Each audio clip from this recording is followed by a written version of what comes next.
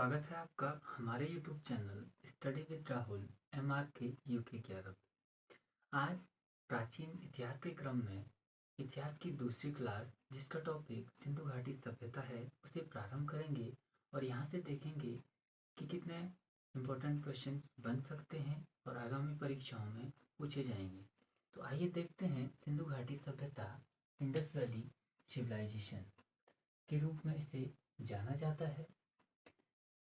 विश्व की जो 4 प्राचीन सभ्यताएं हैं उनमें सबसे प्राचीन सिंधु घाटी की सभ्यता के रूप में जानी जाती है और विश्व स्तर पर जो 4 प्राचीन सभ्यताएं हैं उनमें पहली मेसोपोटामिया की सभ्यता है, दूसरी मिस्र की सभ्यता जिसे नील नदी की सभ्यता के नाम से भी जाना जाता है, तीसरी जिसे चीन की सभ्यता कहा जाता है इसे वांगो नदी की सभ्यता के नाम से भी जाना जाता है और चौथी आपकी भारत की सभ्यता जिसे सिंधु घाटी सभ्यता, हड़प्पा सभ्यता आदि नामों से भी जाना जाता है। इसी के संबंध में हम देखेंगे कि जो सिंधु घाटी सभ्यता है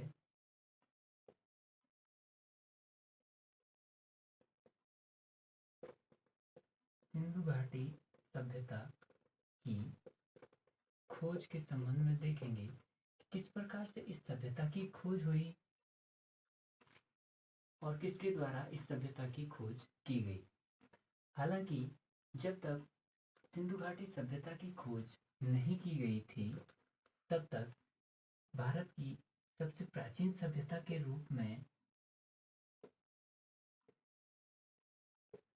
वैदिक सभ्यता को जाना जाता। जब तक हमें सिंधु घाटी सभ्यता की जानकारी नहीं थी तब तक भारत की जो प्राचीन सभ्यता थी वो वैदिक सभ्यता के तौर पे जानी जाती थी। इस सभ्यता के संबंध में सबसे पहला 1826 ब्रिटिश काल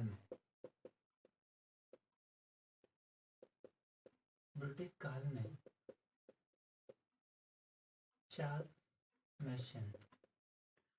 चार्ल्स मैशन के द्वारा यहाँ पे इस सभ्यता हड़प्पा का दौरा किया गया और कुछ जानकारियां यहाँ से एकत्रित की गई, लेकिन इनके द्वारा यह अनुमान नहीं लगाया गया कि यहाँ पे किस प्रकार की सभ्यता थी। इस सभ्यता के संबंध में पहला शोध करने का प्रयास सर्वप्रथम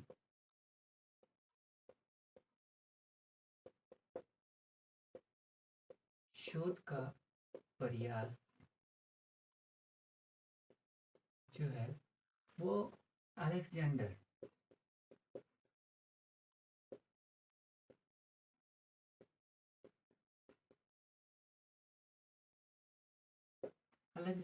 कनिंघम के द्वारा किया गया जो 1853 से 1856 के आसपास किया गया था। यानी अलेक्जेंडर कनिंघम के द्वारा सर्वप्रथम सिंधु घाटी सभ्यता की खोज का विषय शुरू किया गया और हड़प्पा क्षेत्र से कुछ जानकारियां एकत्रित की गई। हड़प्पा वर्तमान क्षेत्र में पाकिस्तान में पड़ता है और इनके द्वारा यहाँ से कुछ जानकारियां एकत्रित की गई, लेकिन इनके द्वारा जो जानकारी एकत्रित की गई वह जितनी जानकारी चाहिए थी उतनी जानकारी ये एकत्रित नहीं कर पाए और इस सभ्यता के बारे में किसी भी प्रकार से उपलब्ध साक्ष्य प्राप्त नहीं हो सकी। इसी के बाद आप जानते होंगे 1921 में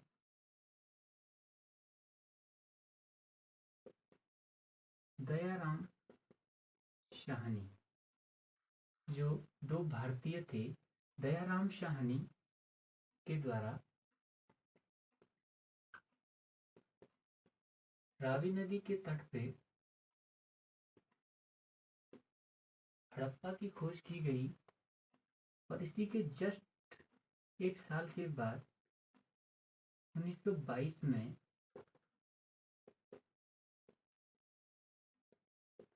राखल दास बनर्जी के द्वारा जो है सिंधु नदी के तट पे आपका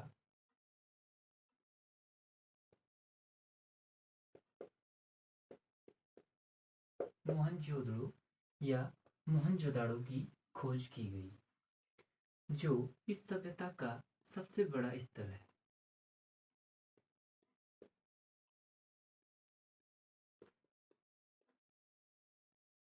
यानी सिंधु घाटी सभ्यता का जो पूरा क्षेत्र है उसमें सबसे बड़ा स्थल के रूप में आपका मोहनजोदाड़ो को जाना जाता है, और इनके द्वारा इस सभ्यता की खोज की गई। ये दोनों भारतीय थे। इस प्रकार से जो इस टाइम भारतीय सर्वेक्षण विभाग के प्रमुख थे वे थे sir John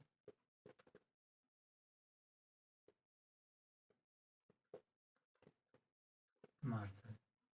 sir John Marshall के नेतृत्व में इन दो भारतीयों ने सिंधु घाटी सभ्यता की खोज की। ये थे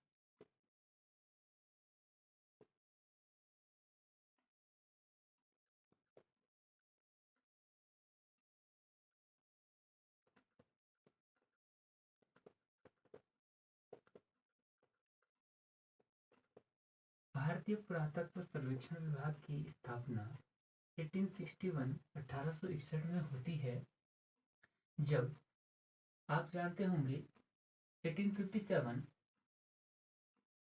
के टाइम पे भारत में 1857 की क्रांति होती है और यहाँ से ब्रिटिश कंपनी का शासन समाप्त होकर के ब्रिटिश क्राउन के अधीन चला जाता है।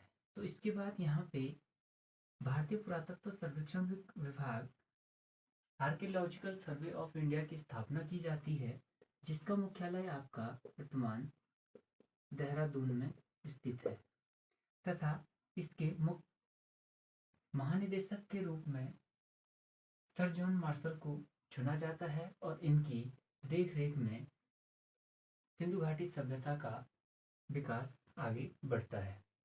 इसी प्रकार से सिंधु घाटी सभ्यता के खोज के क्रम में हमने देखा कि किस प्रकार से इसकी खोज होती है, और इसके बाद हम देखेंगे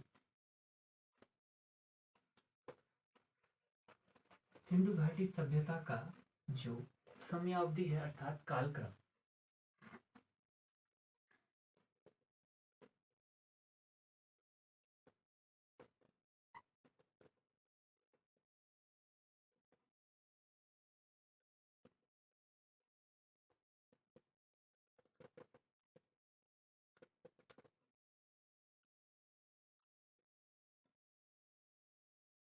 अर्थात किस समयावधि के दौरान सिंधु घाटी सभ्यता आगे बढ़ती है और इनका क्या टाइम पीरियड रहता है, इसके संबंध में देखें।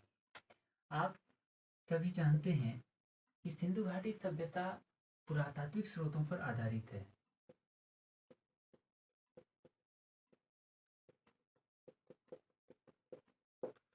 पुरातात्विक स्रोतों पर आधारित है। यहाँ से लिखित साक्ष्य मिले हैं, लेकिन इन्हें आज तक पढ़ा नहीं गया है। तो इसलिए जब पुरातात्विक स्रोतों पर इसके साक्ष्य आधारित हैं, तो सभी इतिहासकारों के द्वारा इस सभ्यता की तिथि के निर्धारण के लिए अपने अपने मतानुसार मत दिए गए हैं। तो इसलिए जो सर्वाधिक मान्य मत हैं, मैं उन्हीं को यहाँ पे आपके सामने करवाऊंगा, और जो पेपर की दृष्टि से महत्वपूर्ण है। तो पहला है आपका sir John Marshall. Sir John Marshall के मतानुसार इस सभ्यता का जो टाइम पीरियड बताया गया है वो आपका 3250 से 2750 ईसा पूर्व बताया गया है। सर जॉन मार्शल के द्वारा इसलिए लिया हमने क्योंकि जो सर जॉन मार्शल के नेतृत्व में इस सभ्यता की खुदाई होती है और ये भारतीय पुरातत्व सर्वेक्षण विभाग के प्रमुख थे। इसी प्रकार दूसरा मत आपका C14, जिसे कार्बन डेटिंग पद्धति के रूप में जाना जाता है। साइंस के अंतर्गत कार्बन C14 का प्रयोग किया जाता है और इसे किसी भी जीवाश्म की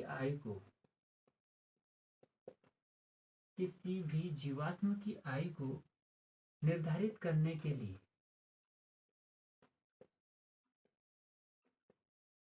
जीवाश्म की आयु को निर्धारित करने के लिए प्रयोग किया जाता है, यानी पुरातात्विक वस्तुओं की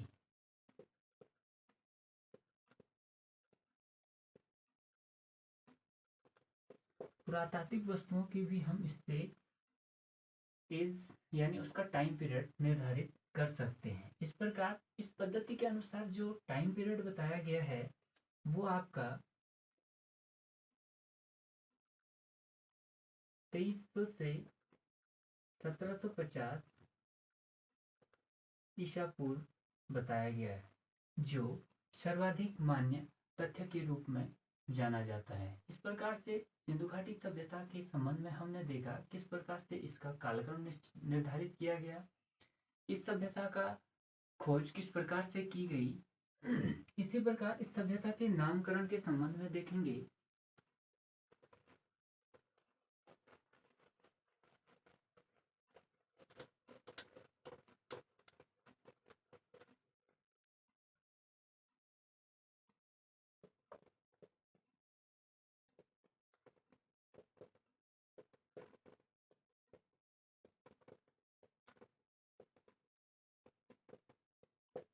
अर्थात सिंधु घाटी सभ्यता का जो नामकरण है वो किस प्रकार से होता है या किस किन नामों से इस सभ्यता को जाना जाता है।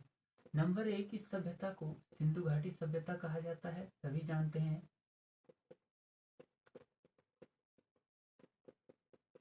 सिंधु घाटी सभ्यता, उसके बाद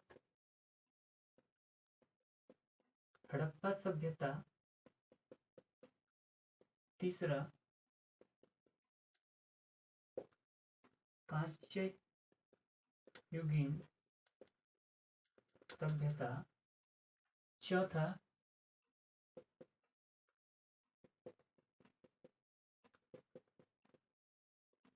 आदि ऐतिहासिक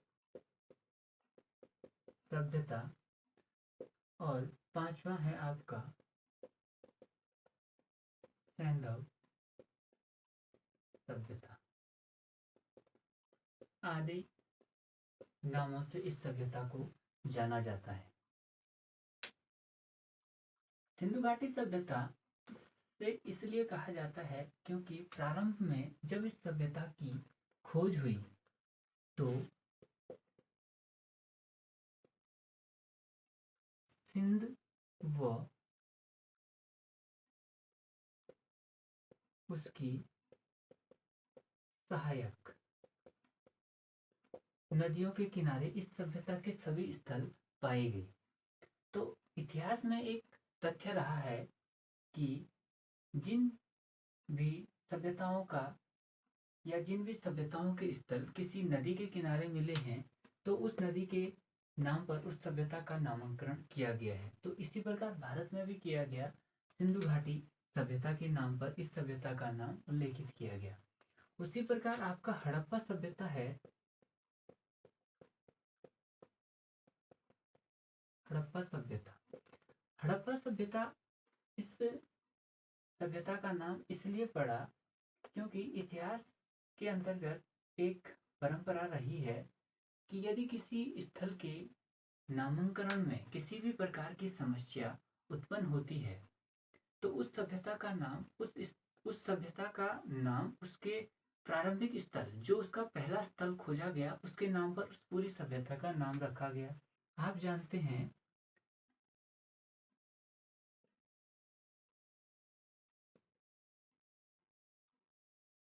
राय बहादुर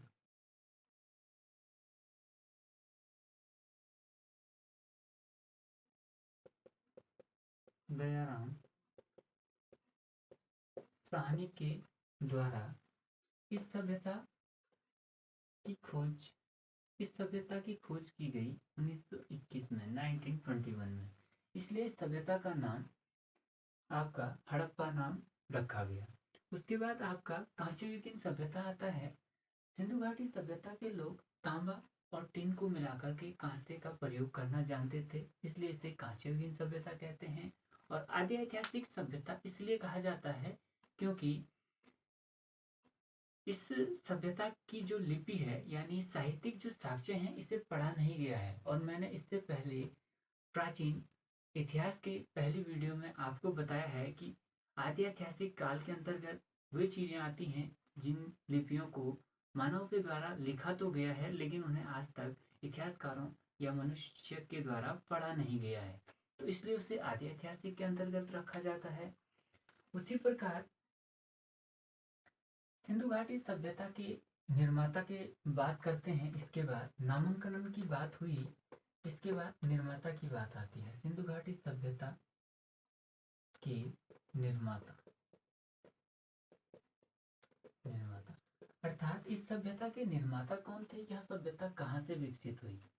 तो इसमें सबसे पहला आप देखेंगे कि विदेशी जो तर्क दिए गए हैं यानी जो विदेशी मत हैं उनके द्वारा जो सुमेरियन सभ्यता थी, सुमेरियन सभ्यता जो मेसोपोटामिया की सभ्यता के अंतर्गत जो वर्तमान इराक वाला क्षेत्र है वहां पे आपका सुमेरियन सभ्यता मेसोपोटामिया की सभ्यता के अंतर्गत आता है। तो विदेशी इतिहासकारों का मत था कि जो सुमेरियन सभ्यता है उसी के लोग सिंधु घाटी सभ्यता के निर्माता हैं। उन्होंने विदेशी मत के इतिहासकारों ने तर्क दिया कि जिस प्रकार के भवन, मुहरें सुमेरियन सभ्यता से प्राप्त हुई हैं उसी प्रकार की मुहरें एवं भवन सिंधु घाटी सभ्यता से प्राप्त हुई है। इसलिए स्थानीय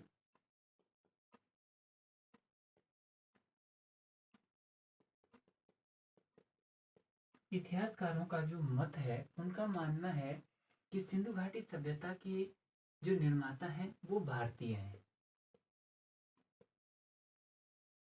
जो भारतीय हैं इन्होंने अपना जो तर्क दिया, उन्होंने कहा कि भवन और मुहरें जरूर इस सभ्यता से मिली हैं लेकिन इनकी जो गुणवत्ता है मोहरों की और जो इनकी भवनों के आकार हैं और इनकी गुणवत्ता है वो सिंधु घाटी सभ्यता से भिन्न है।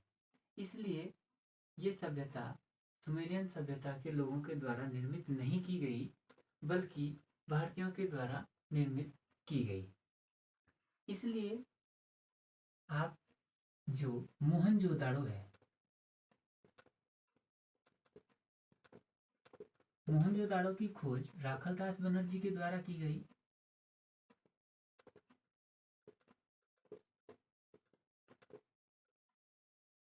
राखालदास बनर्जी के द्वारा इस सभ्यता की खोज की गई और इनका मत था कि द्रविड़ जाति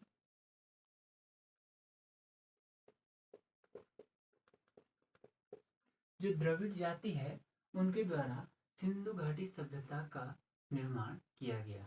और सर्वाधिक तथ्य एवं मत इसी बात को जाता है क्योंकि इसके बाद कुछ इतिहासकार यह भी मानते हैं कि जो आर्य थे वे सिंधु घाटी सभ्यता के निर्माता थे। अब आप सभी जानते हैं कि इसके बाद जो हमारा वैदिक काल चलेगा, वैदिक सभ्यता के निर्माता आर्य थे।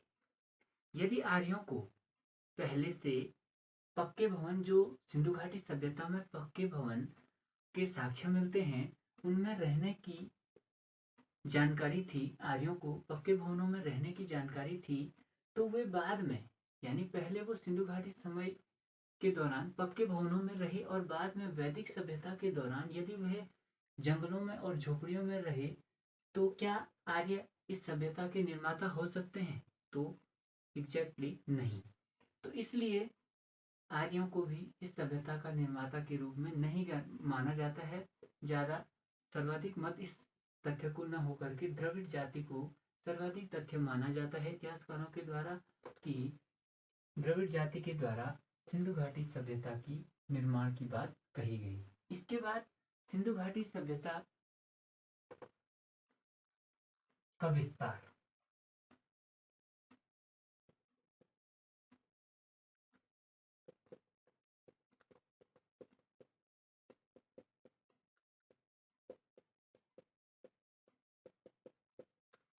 सिंधु घाटी सभ्यता का जो विस्तार है, किस क्षेत्र में और कहाँ तक इसका विस्तार हुआ था, इसके संबंध में हम देखेंगे।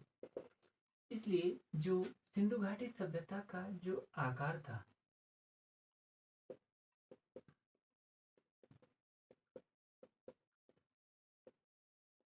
त्रिभुजाकार, अर्थात एक त्रिकोणीय आकृति के रूप में इसका जो क्षेत्रफल था वो फैला हुआ था। और इस सभ्यता का जो कुल क्षेत्रफल था वो लगभग 12,99,600 वर्ग किलोमीटर में यह विस्तृत था। इस प्रकार से यह सभ्यता टोटल इतने स्क्वायर किलोमीटर में फैली हुई है, वर्ग किलोमीटर में फैली हुई है। इस सभ्यता का जो विस्तार था वो उत्तर में, आपने देखा होगा, उत्तर में जम्मू कश्मीर है,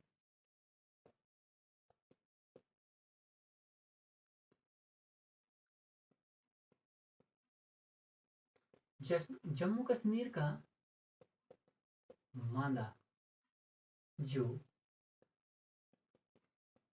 चिनाब नदी के तट पर स्थित है, पहला स्थल इस सभ्यता का यहाँ से मिला, जो सिंधु घाटी सभ्यता की उत्तरी सीमा का निर्धारण करता है।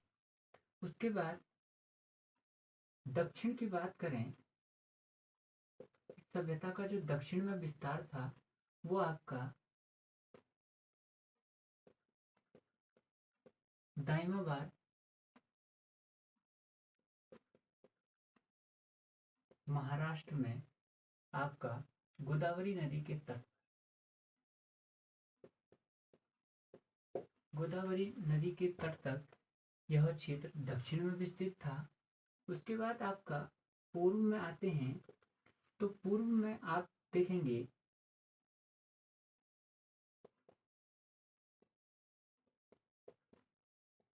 आलमगीरपुर, जो वर्तमान मेरठ यूपी में पड़ता है, और यहाँ पे